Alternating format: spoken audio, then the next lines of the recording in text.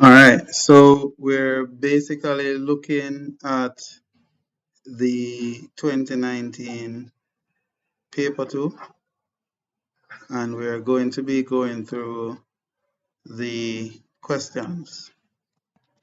All right, so we are looking, as I said before, at the 2019 paper two, May, June, CSEC. So question one, it says Michael and Jennifer were assigned a group project to investigate the effect of surface area on the rate of reaction between zinc metal, well, and dilute sulfuric acid. They obtained 6 different grades of granulated zinc. The grades represent the average size, sorry, of the radius in microns of the granules. 6 experiments were carried out using the different grades of zinc granules, which were reacted with an excess of 0.5 moles per dm cube of dilute sulfuric acid, and this was done at a temperature of 25 degrees Celsius. The same mass was used, which was 0.55 grams of the zinc granules, and this was done for all the experiment until for each experiment they collected 100 centimeter cubes of hydrogen gas. Now we want to just deduce and deal with the question. When you have a metal reacting with an acid, what is it that we would have obtained? We get the salt and hydrogen gas. So if you look right here, the zinc, we call this a single displacement reaction. So the zinc will displace the hydrogen, and the salt would have been formed from the zinc and the anion in the acid. So we get zinc sulfate and we get the hydrogen gas. So this is the reaction that is happening. When we talk about rate of reaction, we know that the rate of a reaction is how fast the reactants are used up or how fast products are created. And so we're going to be looking at this experiment where they would have basically be obtaining 100 centimeter cubes of hydrogen gas. So in essence, they wanted to see how fast they could have collected that. And one of the things that they're doing is to check the surface area. Now there's something about surface area and the rate of reaction. The smaller the particles, the smaller the particle size is, the larger the surface area. And then of course, the larger the surface area, the more it is exposed, it is the faster the rate of reaction. So if in their experiment, we want to just talk a little bit about the variables. So the control variable, this would have been the temperature. So one of the things that they would have been doing is to ensure that they keep the temperature constant, which was 25 degrees Celsius. The other thing that they kept constant was the mass. So even though they were using different size in terms of the granules, it was still 0.55 grams of zinc granules that was used. And that would have been the two control variable. A matter of fact, you can also have the concentration. Remember, we had a 0.5 moles per dm cube for the sulfuric acid. So that too would have been at control. The manipulating variable would have been the 6 different sizes of the zinc granules. So we had 6 different sizes of zinc granules, and we basically they were doing the effect of how the surface area would have influenced the collection of the gas. And one of the things is the responding variable, what they're looking for in the experiment, would have been the 100 centimeter cube of hydrogen gas. So we said that once we see 0.5 moles per dm cube, again, a little bit about this, it comes up in titration, quantitative analysis. We know that this is a representation of 0.5 moles in 1,000 centimeter cube. And we said that was it. The stopwatches. So the stopwatches, when you're in the exam, a little note to make, you can use your ruler just to be precise, and you draw a line. So we've actually indicated the lines on these stopwatches already, so that we can basically record the time it took. So for the first experiment, what time is it? How long did it take? So it would have been 11 seconds. And so when you get any form of device, measuring device, you need to ensure that you know what the scale represents. So the scale for these would have been 1 second. So we're going up by 1 second. In experiment 2, when we draw a line, it's an indication that it took approximately 20 seconds. Then in experiment 3,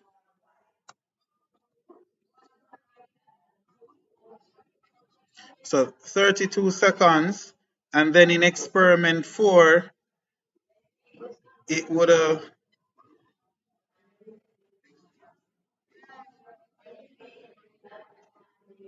so 43, so 43.5.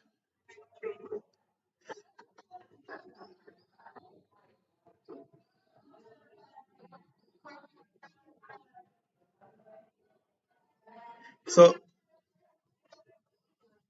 you could, write that. So we basically would have recorded the time.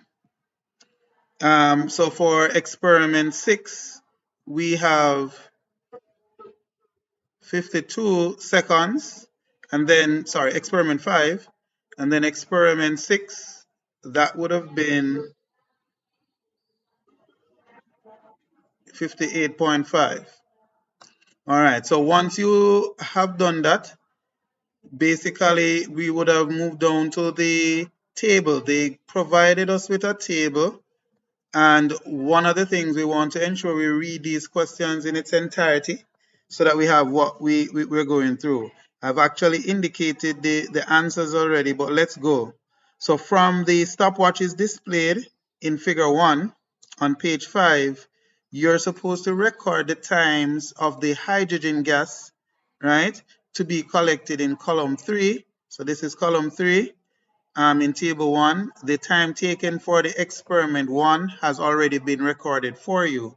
So even if you're in the exam, CXC, what they did was to give you a head start in terms of how to go about.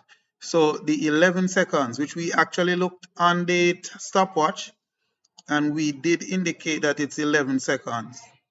32, 43.5, persons were mentioning 43.8. That point difference will not be so crucial, but it can be 43.5, 43.8. You won't be penalized for that point in difference. 52 and then 58.5. It also says using the formula rate equal 1 over t. And it's simple. It is basically 1 divided by the time. So again, 1 was done for you. So it is what you could have done in the exam is to basically check to ensure you are aware of how they came up with that 0.091. And so it was 1 divided by 11. So we're supposed to calculate the rate of reaction for each experiment and record these values. So they were specific in terms of the values for the decimal place for column 4. So the rate of the reaction for the experiment one has also been done for you, right? Calculated already, and that is 0.091. So when we calculated the rate for the others, we end up with 0.050, 0.031, and to complete these two columns, you would have been awarded 6 marks. So very straightforward. All you need to do is to ensure that you have a calculator, do the calculations where necessary by observing the stopwatch, and then calculating the rate. Now it says using the grid provided on page 7.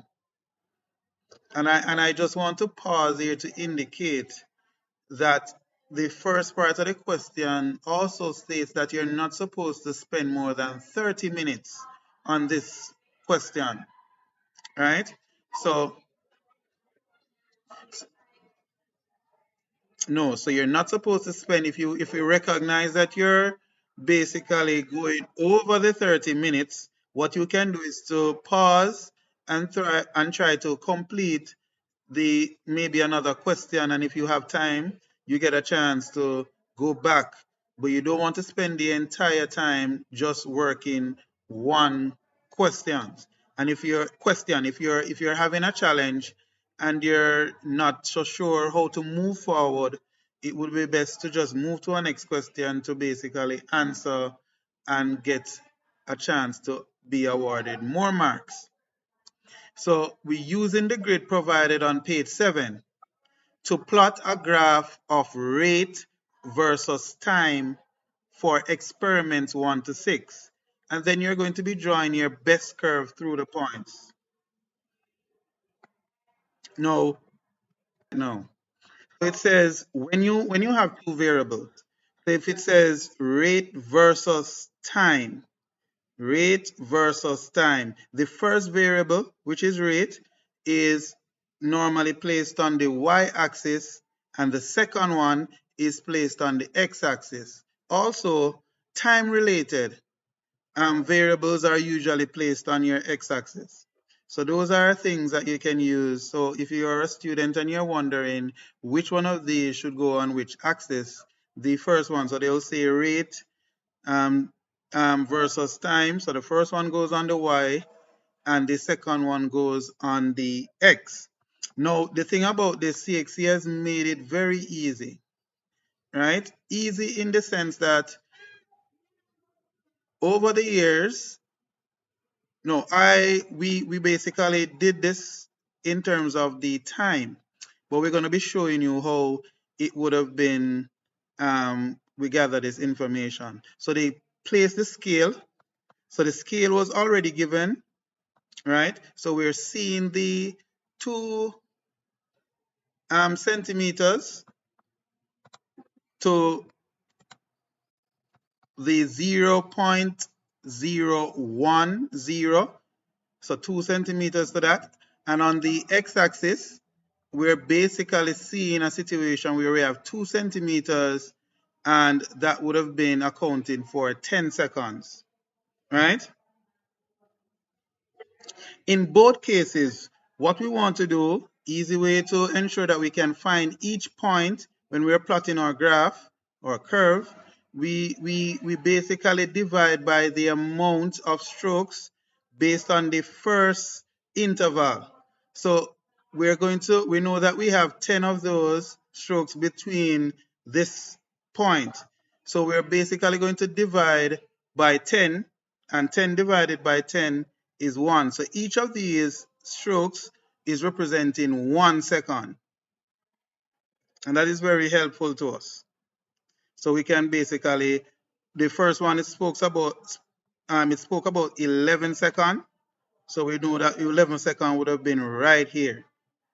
It's a little bit blurry, or I would say pale, and that is due to the fact that I copied it.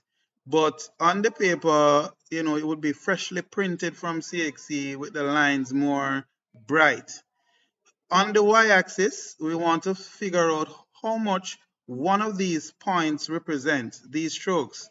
And again, we divide by 10 because it is 2 centimeters, which is 10 strokes between the 0 mark and the 0.010.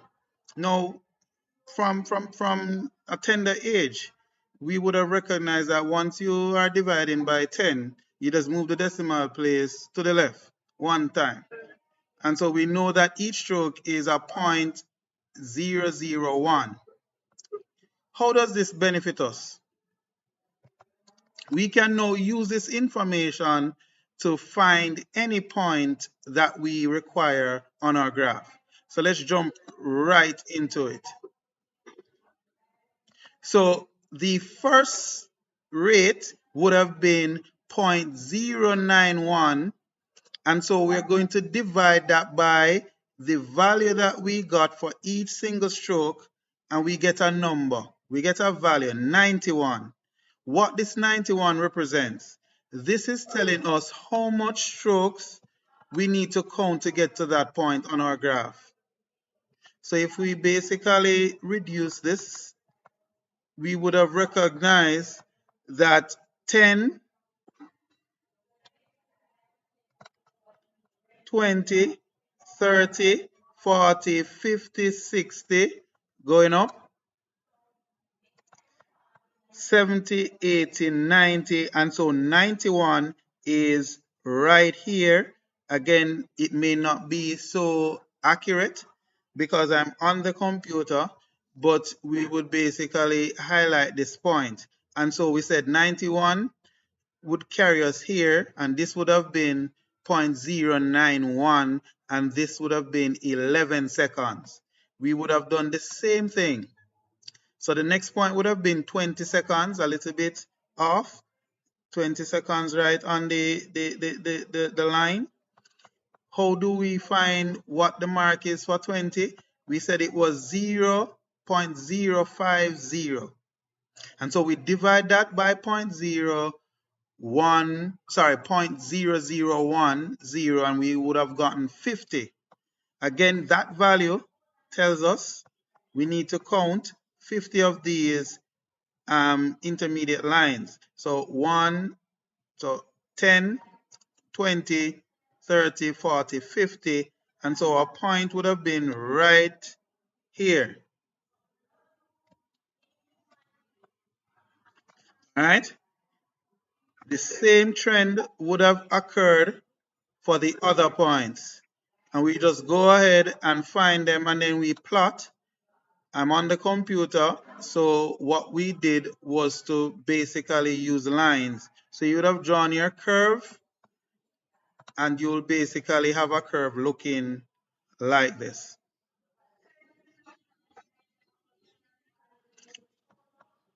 Definitely, if your curve is not so, if you're not basically drawing the curve properly. So again, you need to ensure that the points, you get marks for the points, the accuracy in terms of the point, and actually how you draw the curve. Because remember, you should do it freehand. So even though I did it with the computer and it looks like straight lines, it would not have been like this if I was doing it freehand. All right, so the next question, it says, based on the graph, plot on page 7, deduce how the rate of reaction varied with time. So if we notice, and we want to use a proper term, remember, when we mention something like go down, you have to be careful in how you basically express yourself. So it decreases. So as we progress in time, the rate.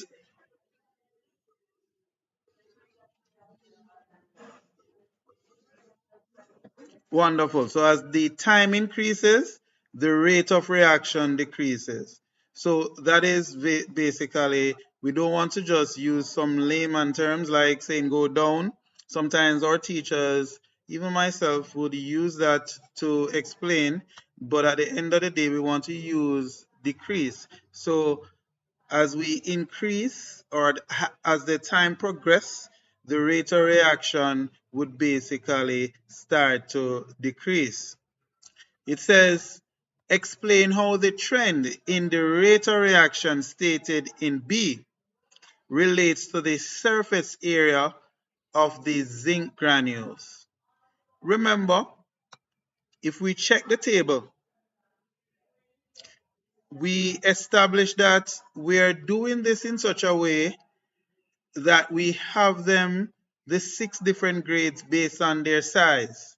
So which experiment had the smaller size granules or the grade? So experiment 1, and we know the smaller the particle, again, the larger the surface area. And once we have that larger surface area, then we basically would have a faster rate of reaction. So if you really look at the table itself, it actually expresses it. What was happening to the surface area moving from experiment 1 to 6? The surface area was actually decreasing. So we were actually getting larger in terms of the size, and as you increase the size, you're decreasing the surface area. And if you're decreasing the surface area, we're basically decreasing the, the rate of reaction. So the time for the zinc to react with the granules, the zinc to react with the sulfuric acid will basically take a longer time for us to collect that 100 centimeter cubes of hydrogen gas. So we want to go down and look back on that information. So as the surface area decreased, the rate of reaction also decreased. The next part speaks to 3 factors other than surface area that affect the rate of reaction.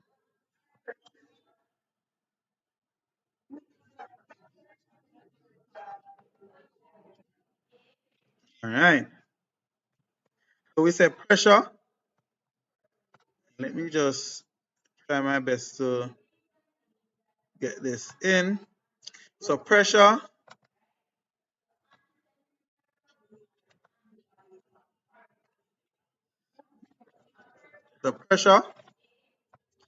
is one factor. We said concentration.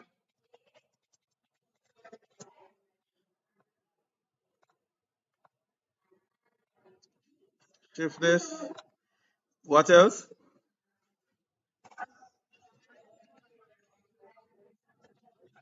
Temperature.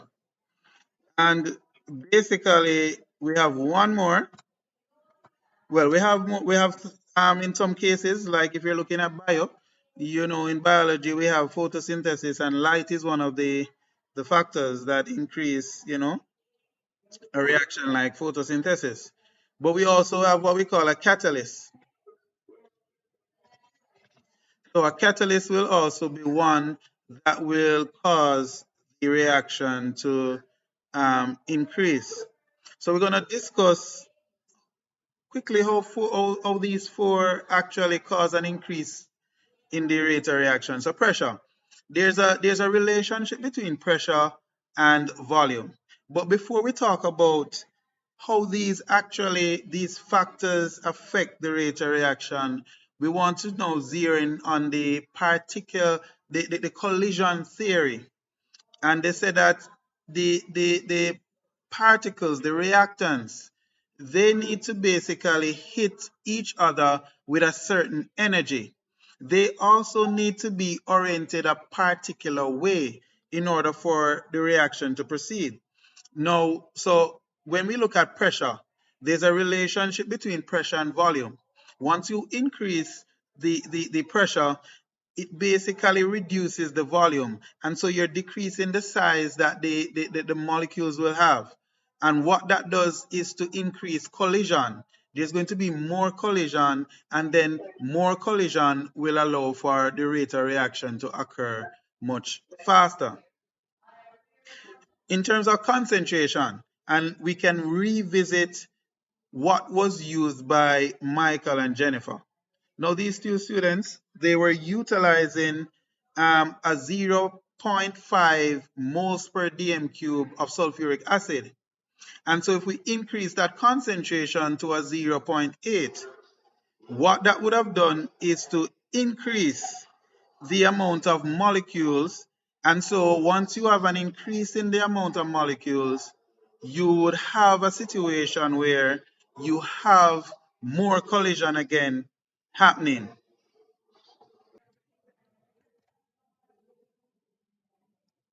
All right. So we are talking about the temperature, and we know that temperature, it gives particles kinetic energy. And so the particles will tend to move faster. And once they're moving faster, what will that allow for is more collision again. And so the rate of reaction will increase. When we talk about a catalyst, we spoke about the activation energy, the energy that is required when these molecules collide. The catalyst kind of decrease that activation energy. So again, uses less energy so we can have the rate of reaction occurring.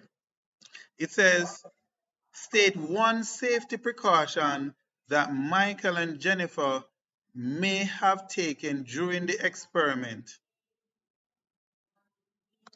And we want to talk about this question because oftentimes when students see the precaution, they may just randomly say a precaution. Say, for example, to utilize when you're lighting the bouncing burner. So if you mention something about bouncing burner, would you get the mark? Because we're not using the bouncing burner. They did not light any bouncing burner. So while that precaution would be good, you have to still relate it to the experiment itself. So the use of protective clothing while handling the acid, because they were using acid, sulfuric acid, the gloves is another aspect. And so that could have been you wipe up spills, ensure that you handle the glassware properly.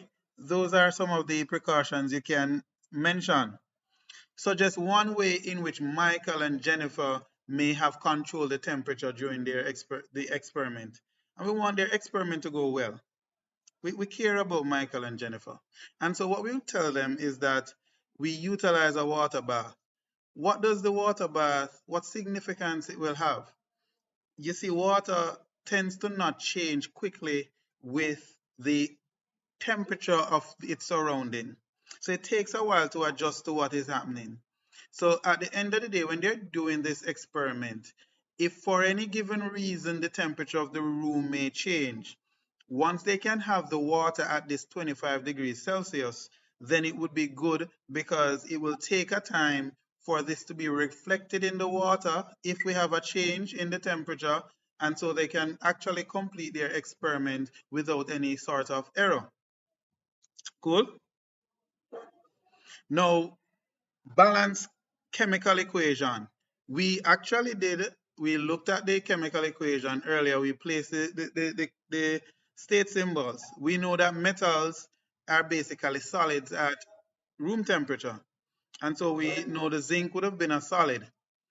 All acids are aqueous, right? And so the sulfuric acid would have been aqueous. Again, when you have zinc replacing the hydrogen, we call that a single displacement reaction. If you go back to your reactivity series, we know that an element that is higher in the series is capable of replacing one that is lower. And so zinc falls higher than hydrogen. And so what it will do is to take the place and it will bond with that anion, which is the sulfate. And so we would have obtained zinc sulfate. We also recognize that hydrogen is one of the 7 diatomic elements. So a lot of times students just make this mistake where they may have written the H, but hydrogen is diatomic, and so we have two of those atoms bonding together, right? And so this would have been our balance equation. Now, when you get an equation, you basically, if you did not place any coefficient throughout, you can basically check to see if it's balanced. So some students may go ahead and try a balance equation when it is already balanced, but you can do an inventory, check on your elements.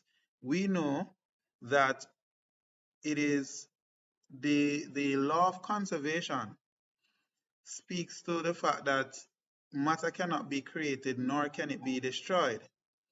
And so if we have a certain number of atoms on the reactant side, we should have that very same amount on the product side. So we notice that we have one zinc. We have one zinc. Another thing, when you're doing your balancing, and you will be able to check out my video on balancing chemical equations, right? And so if you have sulfate, we don't have to break it up. We can treat it like an element as one. So we don't have to break it up into sulfur and oxygen. So we treat it as how we would treat an element, right? And so sulfate, and we have sulfate, so we have one of each, and then we have hydrogen, two, we have two hydrogen. So we know that this is a balanced chemical equation. The next question says that we're supposed to calculate the total volume of hydrogen gas that would be produced at RTP from 0.55 grams of zinc granules. Now, again, one CXC gives you some information. And if you go through the question without using them, something is wrong, because they wouldn't be giving you this information without you needing it. So one, they said the relative atomic mass of zinc is 65.4. Right? They said 1 mole of a gas at RTP occupies 24,000 centimeter cube. Right? So that's the volume. We know the relationship. If it is that you can find the moles of any compound in a chemical reaction, you can use mole ratio to find the moles of any other compound. And then from finding the moles, we basically can actually find the information that we want. So what is the step? You know, like when you're watching Dora, they would have given you, you get the map, you go to whatever mountain, and then you go to for a valley. Then we want to take a step. We were given the grams of zinc. And this is the procedure the steps that we're going to be taking. We can use grams of zinc and use that information to acquire the moles of zinc. When we get the moles of zinc, we're going to use mole ratio to determine the moles of hydrogen gas. Then, once we get the moles of hydrogen gas, we can use the concept of the relationship between moles and gases at RTP, and we obtain the volume of the gas. So we're jumping right ahead. We know 1 mole is always equal to the atomic mass. That's a relationship. So when I have 1 mole of zinc, it will weigh 65.4 grams. But I did not have 65.4 grams. How many grams did I have? Definitely, you said it, 0.55 grams. And so from this, I am going to be creating what I call a fraction. And so this is our conversion factor. So I know I'll be getting a fraction from this. So I start with what I was given, the 0.55 grams multiplied. From this I get a fraction. Simply, some persons like the cross multiplying, where we say 1 mole equals 65.4 grams, then x mole will equal to 0.55 grams. We don't have a problem with doing that. If you feel comfortable using that method, go ahead, utilize it. When you basically have the grams, the same unit when you are creating your fraction, that is what goes to the denominator. So 65.4 grams goes to the denominator over, sorry, and we have 1 mole. So basically what we're going to be really doing is 0.55 grams divided by 65.4 grams. And so we would have obtained the moles of zinc. Remember initially, we want to move from mass to moles, which we have just acquired. Once we get the moles, we can use mole ratio. Now, looking back at the equation, and for students doing mole ratio, the equation must be balanced. Because if you don't balance the equation, then you might not have the desired coefficient in front of the compounds to know the mole ratio. But remember, this equation was balanced, and so we're just going to zero in on the two that is of interest to us. So the relationship is going to be between the zinc and the hydrogen gas. Bear in mind, none of these compounds had any coefficient. And so we know that there's a 1 in front of it. So we basically have 1 mole of sulfuric acid, 1 mole of zinc sulfate, 1 mole of hydrogen gas. But the relationship is between the zinc and the hydrogen gas. So the mole ratio is a 1-to-1, right? So we know it's a 1-to-1 ratio. And so if we had 0.08 moles of zinc, then it simply means that we're now going to have a 0.008 moles of hydrogen gas. What is the relationship between any gas at RTP? We know that 1 mole of any gas will occupy a space of 24,000 centimeter cube. And again, as a student, you can basically, ensure that you can do some checks yourself. So right away, if it is that 1 mole will occupy 24,000 centimeter cube, if I have less than a mole, then it should be occupying less space. So one thing that you can use to gauge yourself, if you end up with anything more than 24,000, a red flag should come up to you and say, you know what? I was doing something wrong, right? And so, again, once I use the conversion factor, 1 mole is equal to 24,000 centimeter cube, I am going to be making or creating a fraction from this. So what do we mean? One of these is going to be my denominator. One of them is going to be my numerator. So 0.008 moles, we're starting with that, multiplied. Moles is here as the unit, so we know that mole should go as our denominator. And so technically it's 0.008 moles times 24,000, and that should give you 192 centimeter cubes, which means this is the amount of space that moles of gas will be occupying. Right? All right, so that was the breakdown of question 1.